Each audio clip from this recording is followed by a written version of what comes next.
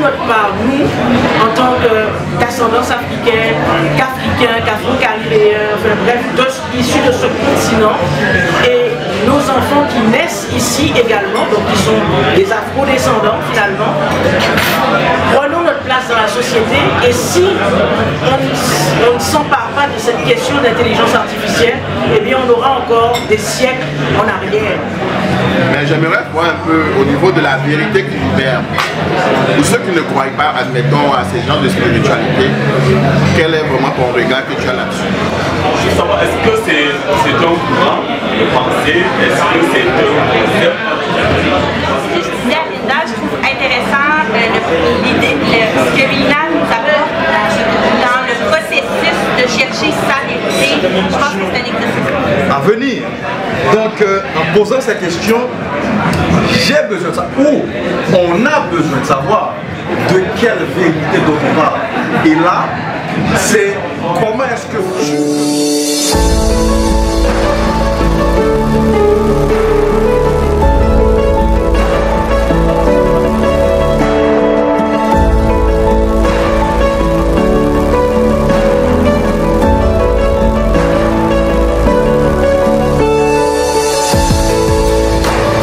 là d'une aventure afro-futuriste. Donc, merci beaucoup à Mélina d'avoir organisé cette belle rencontre.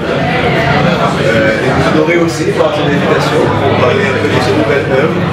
On va découvrir de quelle vérité il s'agit. Et là, je commencerai par cette question. C'est vrai que nous sont une implication très longtemps dans la vie associative et aussi dans notre polaire. Mais j'aimerais insister sur cet aspect précis. Qu'est-ce qui t'a conduit à... Qu'est-ce qui, dans ton parcours, a déclenché cet intérêt pour l'aventure qui conduit à la publication? Merci Michto d'avoir accepté d'animer la rencontre. Alors Mélinette Afrofuturiste, c'était que pour le début. Je vous donnerai l'adresse. Effectivement, c'est le deuxième. Ici, on est au premier. Le deuxième s'en vient. On est dans la présentation de la vérité qui libère. Et qu'est-ce qui emmène à ce deuxième numéro? Donc en fait, quand on a commencé les aventures afrofuturistes, c'est une collection. C'est une collection qui est basée effectivement sur 10 tomes à l'origine. Et là, on en est au deuxième, La vérité qui libère. C'est le deuxième, effectivement la deuxième version qui suit effectivement Tito le designer. Donc c'est l'épopée qui se poursuit à travers l'histoire. Et ma foi, le premier, comme je l'ai expliqué, et j'ai été, nous sommes dans un lieu de savoir ici à l'Université Laval, et effectivement l'afrofuturisme, à la fois dans l'écrit et bien sûr à travers les images. Donc à travers les images, on voit bien, ce sont des images qui ont été générées par l'intelligence artificielle, et c'est pareil, il n'y a pas de ChatGPT dedans. C'est vraiment à partir de cette histoire que je me suis basé pour poursuivre effectivement. Donc ici, il n'y a pas de ChatGPT, il n'y a que des images générées effectivement par l'intelligence artificielle. Merci au plus grand, il faut lui faire une ovation. Et donc, ce deuxième numéro, c'est pour ça que je dis que l'intelligence artificielle suscite la créativité. Et quand on est soit en panne d'inspiration, ou si on est créatif, l'idée c'est d'évoluer aussi avec son temps. Et donc, c'est tout naturellement que je m'en vais vers le deuxième, avec La vérité qui libère. Et bien, les premières personnes qui ont lu déjà la version en ligne me disent que c'est plus profond, que ces personnes-là préfèrent que Aventure Afrofuturiste numéro 1, mais c'est un premier jeu, c'est normal. Et les critiques constructives, qu'on améliore effectivement les jets suivants. Et on retrouve la forêt Kamite. Les Kamites, c'est africain, hein.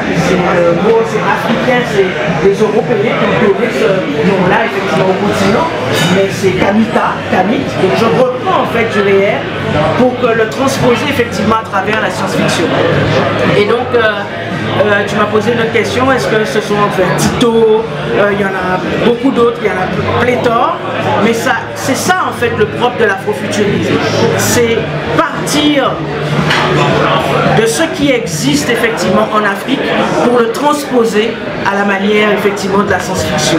Ceci dit, moi je suis afro-caribéenne, je viens de la Guadeloupe, donc on retrouve aussi des éléments particulièrement dans la vérité qui libère, où on parle aussi effectivement de la Caraïbe.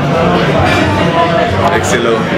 Mais je vais noter que cette histoire-là, où l'on va découvrir cette vérité qui libère, cette histoire se passe en 2665. Je me demande même combien de personnes aujourd'hui qui s'intéressent à ce qui va se passer en 2656. Est-ce qu'il n'y a pas un risque que la date de l'histoire provoque une sorte de désintéressement par rapport au mouvement de l'afrofuturisme?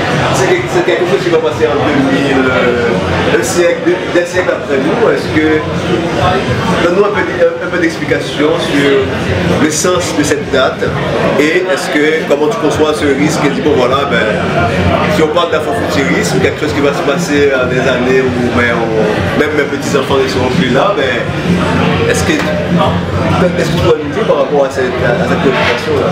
Je dois vous avouer que j'aime beaucoup Michelot parce que là je reconnais effectivement le chercheur, le doctorant effectivement en communication qui peine à avoir effectivement la vision beaucoup plus lointaine. Mais si l'afrofuturisme en tant que tel va chercher 100 ans après, je ne suis pas obligé d'être là, mes petits-enfants ne sont plus obligés d'être là. Mais sur Netflix en ce moment, il y a beaucoup de films qui effectivement représentent des histoires afrofuturistes, des histoires futuristes, tout. Donc en fait, je suis en 2065 et ça a une chance. Mais en parlant de liberté, il y a un aspect qui m'a retenu l'attention, c'est cette collaboration entre des robots et des citoyens dans la protection de l'environnement. Les intelligences artificielles se disent que si effectivement on n'a pas de contrôle, ça va nous échapper. Et je crois fatalement que la façon dont les choses sont parties, on n'aura plus de contrôle. Je crois fatalement, je crois beaucoup dans... Je regarde beaucoup de films de science-fiction, t'imagines bien. J'adore en fait les films de science-fiction. Et je dis que même les producteurs, ça fait très longtemps que les cinéastes nous préparent à ce qui est en train de se passer. Donc c'est pas moi qui invente quoi que ce soit finalement. Je ne fais que le transposer dans un contexte qui est le nôtre, de façon identitaire par rapport à l'afrofuturisme, qui fait que je dis, prenons notre part, nous, en tant qu'ascendance africaine, qu'africains, qu'afro-caribéens, enfin bref, issus de ce continent, et nos enfants qui naissent ici également, donc qui sont des afro-descendants finalement, prenons notre place dans la société, et si on ne s'empare pas de cette question d'intelligence artificielle, eh bien on aura encore des siècles en arrière. Donc je veux pouvoir vous dire que je ne parle pas du remplacement. Tu as bien lu effectivement le livre en ligne pour préparer cette rencontre, Michelot. Ce que je dis, c'est qu'on va devoir collaborer. C'est ça que je dis. On va devoir collaborer. Et dans l'intelligence artificielle, il n'y a jamais que du bon ou que du mauvais, tout comme dans l'humanité, il y a du bon et du mauvais. L'identité qui a pris naissance dans les racines africaines, au Bénin, au Togo et dans d'autres contrées, effectivement, Yoruba, etc., et qui s'est emparée d'Haïti, et donc c'est une religion, ce n'est pas du folklore. Pour ceux qui me connaissent, on se connaît tous ici, j'ai mis en pause mon doctorat en sciences géographiques, et là j'ai commencé un autre doctorat, justement, maintenant à Sherbrooke, à l'université de Sherbrooke, où mon directeur de thèse est haïtien et qui est un professeur invité à l'université Laval et qui travaille dans la chaire du religieux contemporain à Sherbrooke. Et mon nouveau sujet de thèse, c'est l'impact d'une étude de cas en fait sur la technologie, donc l'intelligence artificielle, l'afrofuturisme et la religion vaudou. Donc je parle bien de recherche scientifique et ici on pourrait du folklore, mais comme une identité à part entière qui est intrinsèque à nous et qui se marie avec l'intelligence artificielle. Cette vérité-là, il faut que nous puissions l'intégrer comme quelque chose d'intrinsèque à nous pour marier notre identité culturelle, notre identité en tant que patrimoine et ce qui fait que nous faisons sens pour le marier à ce qu'on appelle effectivement l'intelligence artificielle. Au travail qu'elle fait, mais j'aimerais voir un peu au niveau de la vérité qui libère. Pour ceux qui ne croient pas, admettons, à ces genres de spiritualité, quel est vraiment ton regard que tu as là-dessus? Alors, il ne faut pas oublier qu'on est, malgré tout, même si ça se rapporte à la réalité, on est dans la science-fiction. Donc, ne commencez pas par la fin du livre, hein, parce que sinon vous saurez tout de suite quelle est la vérité qui libère. Mais on est aussi là, dans ce livre-là, on est aussi dans le parcours de Tito, qui lui a fait un parcours pour savoir qui il est, pour savoir d'où il vient, pour savoir où il va. Donc c'est tout un parcours où il passe plusieurs péripéties dans la vérité qui libère, qui lui permettent de faire sens. Et peut-être pour te donner une avance qui soit peut-être plus dans la réalité, en fait, sans trop m'écarter du livre, en fait, Hervé, cette vérité qui libère prend tout son sens quand on accepte son identité et quand on sait comment l'exposer et comment vivre avec dans la réalité de quelque chose que nous ne maîtrisons pas. Action à venir. Donc, en posant cette question, j'ai besoin de ça, ou on a besoin de savoir de quelle vérité dont on parle. Et là, c'est comment est-ce que tu peux nous donner, à travers la réponse que tu vas nous éventuellement nous donner, et bien d'avoir ce grand goût là d'aller et bien délecter la substance même de cet ouvrage. Je vais mettre mes lunettes. C'est vrai que le titre est évocateur, c'est normal. Il faut pouvoir aller chercher chaque lectrice et chaque lecteur. La vérité qui libère, c'est celle que tu vas découvrir à travers le livre.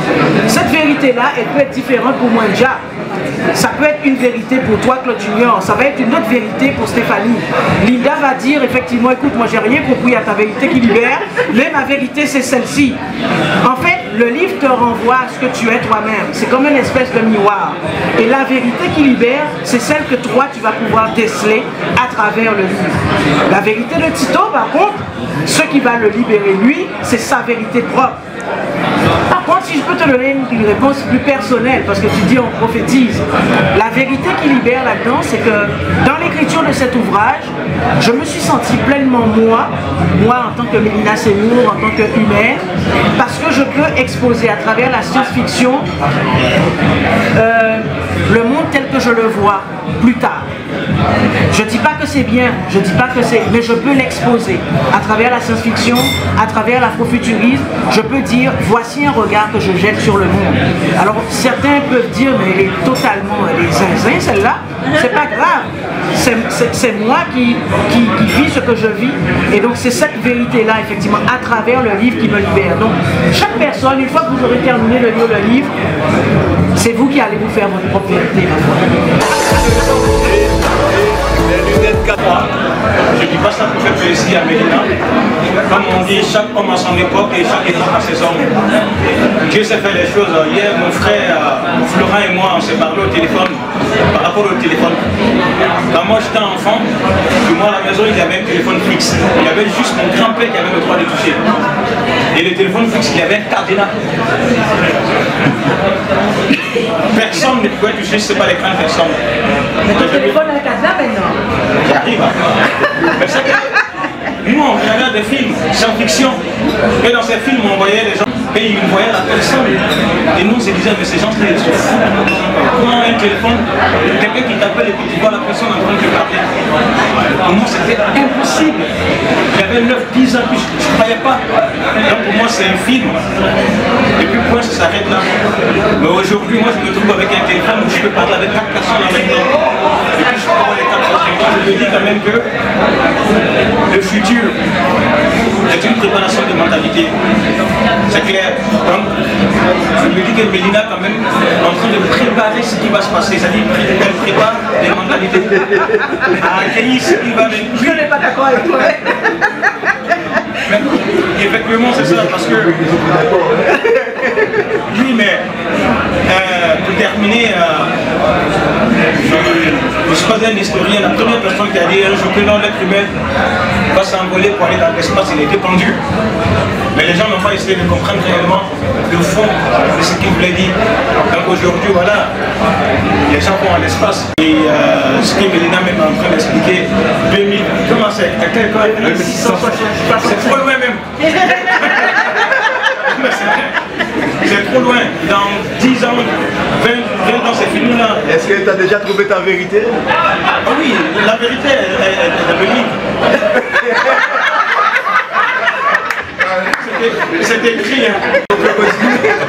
Bon, ça les faut. Non, c'est juste, je disais à Linda, je trouve intéressant ce que Mélina nous apporte dans le processus de chercher sa vérité. Je pense que c'est un exercice qu'on devrait tous faire. Moi-même, j'ai passé par là. Je suis québécoise, convertie à l'islam, tout ça. Donc, ça fait du sens pour moi, cette démarche-là. Je suis contente qu'elle nous apporte ça par cet ouvrage-là et qu'elle ait pu aussi en même temps se trouver elle-même, que ce soit par l'écrit, de sa vérité à elle aussi. Donc, félicitations pour ça, félicitations pour cette démarche personnelle mais que tu nous rends commune finalement. Donc, des fois on a de la pudeur dans notre parcours, mais toi avec toute ta transparence, tu nous la livres. Ça c'est apprécié aussi. Après, chacun a sa vérité, comme on dit dans la thématique de différentes personnes, mais le processus est très bien, puis chapeau. Et bien effectivement, ce sont des femmes, en l'occurrence. Nous sommes 3 et j'apprécie ça. Ça veut dire qu'on a quelque chose à apporter. Je ne veux pas dire qu'il n'y a pas d'hommes. Il y a même un Tchadien aussi, Afrotronics, j'en ai déjà parlé, qui fait de la musique, c'est un artiste, etc. confirmé. Mais celles qui écrivent, ben, ce sont des femmes, en l'occurrence, et ce sont des femmes afro-caribéennes. On a quelque chose là à apporter. Et si à travers la génération de nos enfants, on peut apporter quelque chose à ça, continuons. Et j'aimerais ça beaucoup faire des choses aussi avec les autochtones, les femmes qui sont, comme on dit, minorités visibles. J'aimerais ça qu'on continue à être ce que nous sommes. Et si l'apport de l'intelligence artificielle, c'est quelque chose, c'est un plus, eh bien allons-y. Allons-y, oui. Je veux savoir, est-ce que c'est un courant de pensée? Est-ce que c'est un concept? Parce que j'avoue que je suis allé chercher. Mais c'est avec toi que j'ai découvert ce concept. Parce qu'en même temps, je vois, on nous ramène vers les arts, la culture, vers la science-fiction. Et en même temps également, pendant que je jamais les ensemble, je vois avec toi qu'on se connecte. On parle de futur. Et en même temps également, on va chercher également mon passé. On va chercher le passé de l'Afrique. Comment est-ce que concrètement, moi je peux expliquer à un enfant ce que c'est que l'afro-futurisme et associé encore à l'intelligence artificielle. C'est un mélange de choses là que je n'arrive pas à intégrer pour pouvoir comprendre, pour pouvoir donc expliquer le projet. Je vais répondre en 2 temps, si tu veux bien. Le premier temps, c'est juste pour expliquer c'est quoi l'afrofuturisme.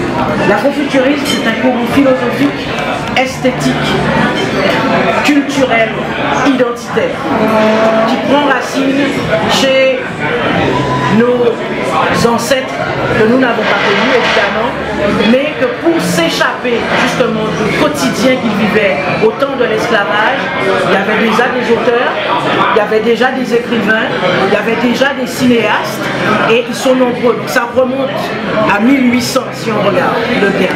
C'est des gens, pour s'échapper de ça, et bien tantôt il y en a avec leur propre identité, ils se sont dit mais comment en tant que noirs ce sont uniquement les blancs qui vont sur la Lune, qui font des choses comme ça. Nous, où sommes-nous? L'afrofuturisme est né comme ça, avec des auteurs célèbres et qui se sont dit effectivement, avec l'afrofuturisme, on va imaginer soit un futur où c'est nous les maîtres, c'est nous les héros, c'est nous les... Enfin, on est présent, quoi, on n'est pas hors de la société, on n'est pas hors des sociétés. Ça a commencé comme ça.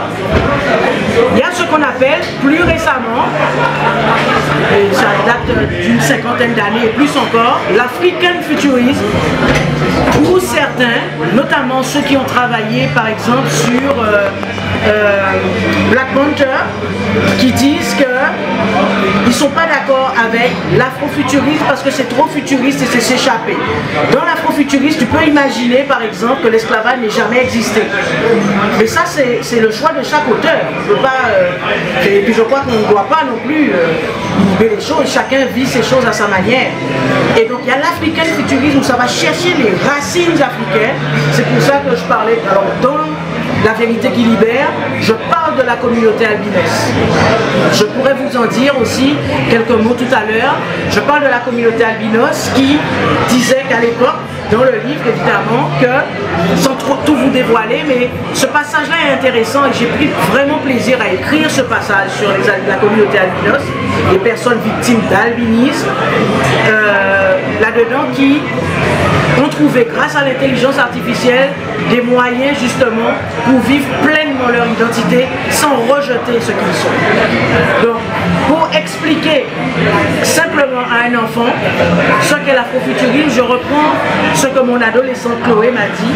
Chaque fois qu'on parle des Noirs, dans le contexte québécois, on est dans le contexte québécois, donc on parle du contexte québécois, chaque fois qu'on parle des Noirs, le plus souvent, soit on parle de reconnaissance, comment on dit ça, au faciès, là, la police a arrêté les gens parce que sur la couleur de leur peau, etc. Soit, oui voilà, profilage racial, pardon, ou soit effectivement quand on parle des Noirs, eh bien c'est pour parler de racisme, c'est pour parler de choses négatives. Moi, mince, j'ai 15 ans, je veux me projeter. Comment me projeter? Alors invente-toi le monde que tu veux, dans lequel tu veux. C'est ça l'afrofuturisme tel que je le perçois à travers l'African futurisme. Elle est née en Guadeloupe, ma fille, je suis née en Guadeloupe.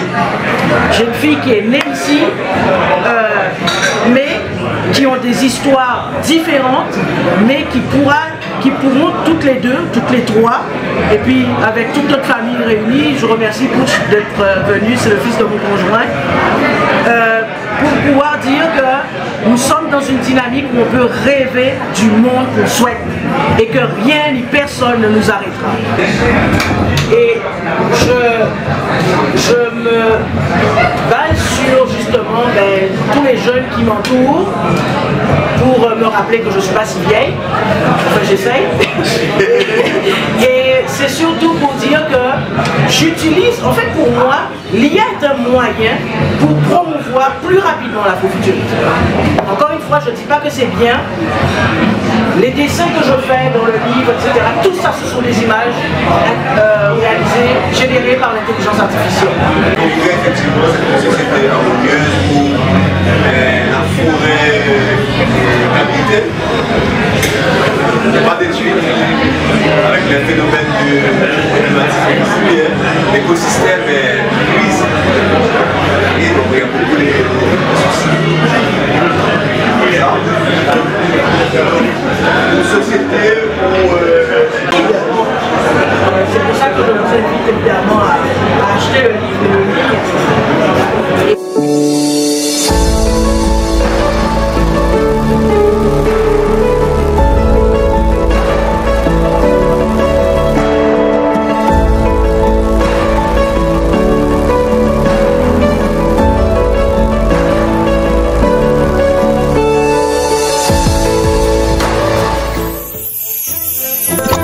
Découvrez Afrique Remis.